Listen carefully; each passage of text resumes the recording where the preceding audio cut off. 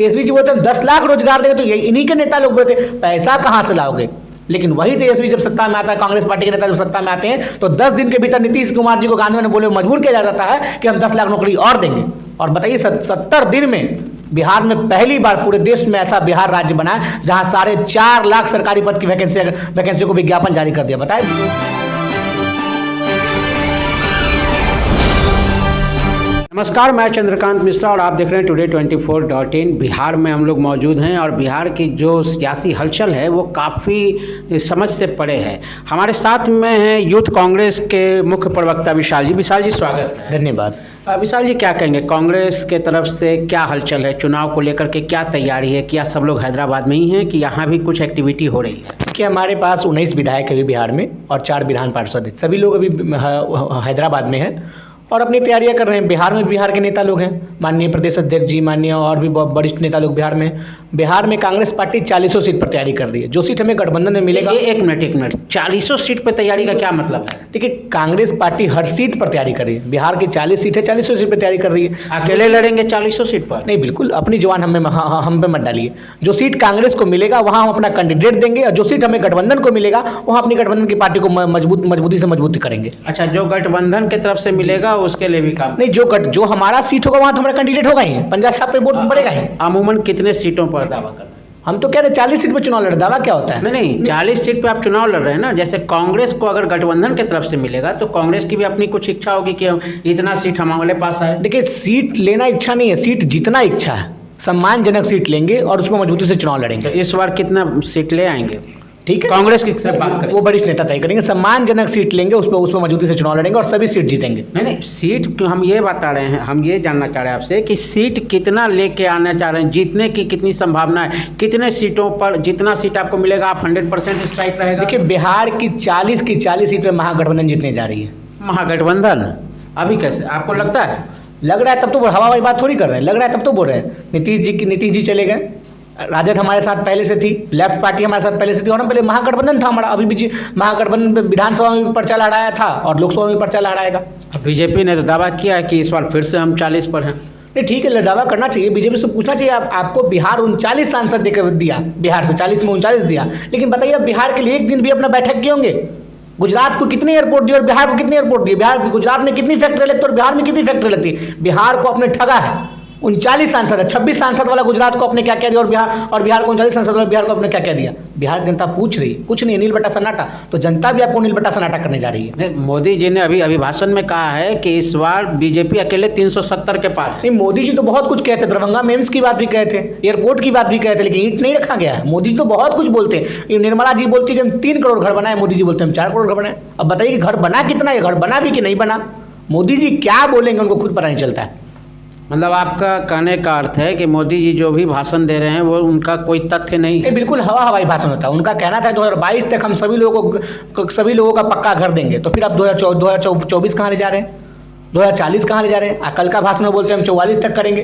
अरे क्या कीजिएगा? अब तक क्या की ये ना बताइए। उन्होंने अपने भाषण में ये भी बता दिया कि भाई इस बार जो सत्ता है वो जहाँ बैठा हुआ वहीं है और जितने दिन तक विपक्ष जो है वो उधर बैठ रहा था, अब सत्ता पक्ष वाले उधर बैठ रहे हैं। ठीक है, ख्याली पुलाव पकाना चाहिए। मोदी जी को अपनी हैसियत नहीं बोलना चाहिए। कहीं भाजपा भी 2 सीट थी और वो 2 सीट भी कांग्रेस की भीख के द्वारा दी गई सीट 2 सीट थी। अपने सांसदों को बैठाकर बीजेपी के सांसदों को जिताया गया था। बीजेपी भूल गई है क्या? खैर, उसमें मोदी जी बच्चा होंगे, पता नहीं उनको होगा।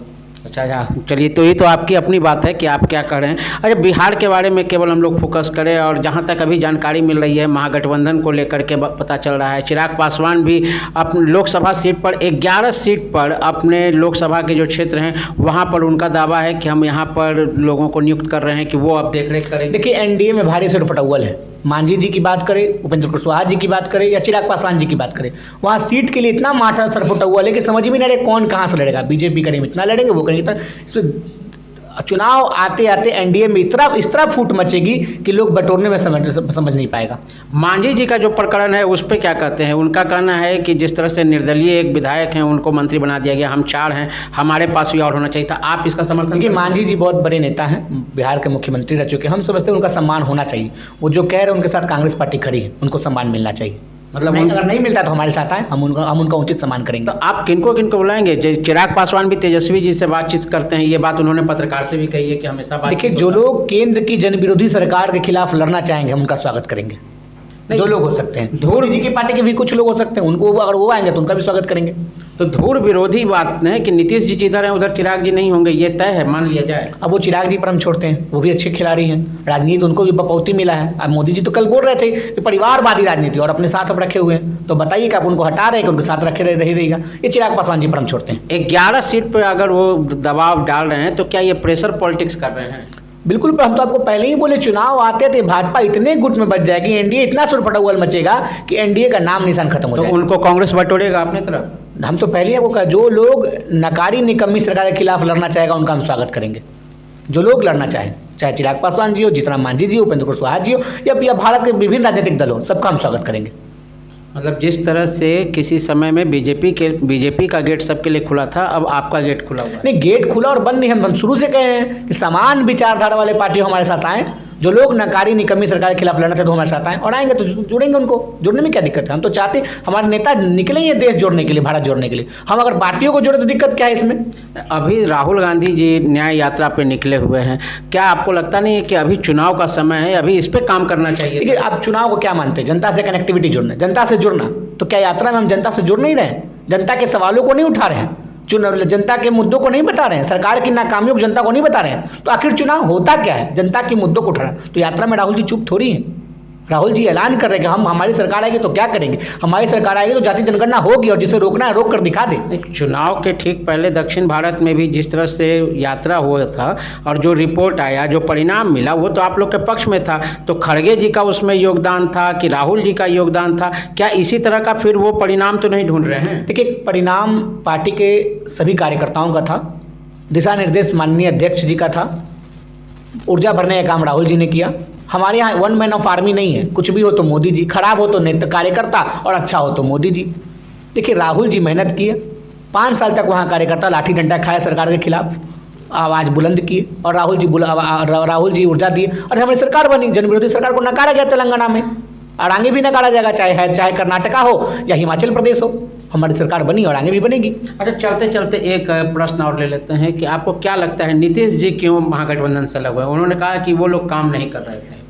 देखिए, अगर 70 दिन में 2.5 लाख लोगों को रोजगार देना काम नहीं करना होता है तो हम नीतीश जी से कहेंगे प्रभु आप बता दीजिए कौन सा काम। तो रोजगार तो उन्होंने दिया है ना। नहीं तो 17 साल से तो आप भी सत्ता में थे, उप मुख्यमंत्री सुशील मोदी जी थे, तारकिशोर जी थी, रेणु देवी जी थी। बताया कि हमने कितना रोजगार दिया, और हम बताते हमारी सरकार कितना रोजगार दिए। पढ़ाई, सिंचाई, कमाई और नौकरी की बात तेजस्वी जी कहते, महागठबंधन के नेता कहते, नीतीश जी नहीं कहते। तेजस्वी जी बोलते हम 10 लाख रोजगार देंगे, तो इन्हीं के नेता लोग बोलते पैसा कहाँ से लाओगे? लेकिन वही तेजस्वी जब सत्ता में आता है, कांग्रेस पार्टी के नेता जब सत्ता में आते हैं तो 10 दिन के भीतर नीतीश कुमार जी को गांधी ने बोले मजबूर किया जाता है कि हम 10 लाख नौकरी और देंगे। और बताइए 70 दिन में बिहार में पहली बार पूरे देश में ऐसा बिहार राज्य बना है जहां 4.5 लाख सरकारी पद की वैकेंसी को विज्ञापन जारी कर दिया। बताइए बीजेपी कहाँ उनका कोई राज्य में हुआ है? महागठबंधन के तरफ से चाहे कुछ भी उठापटक हो, कांग्रेस महागठबंधन के साथ पूरी तरह से खड़ी है। देखिए, 12 तारीख आने दीजिए, भाजपा जदयू की चोरी की हुई सरकार चोरी हो जाएगी।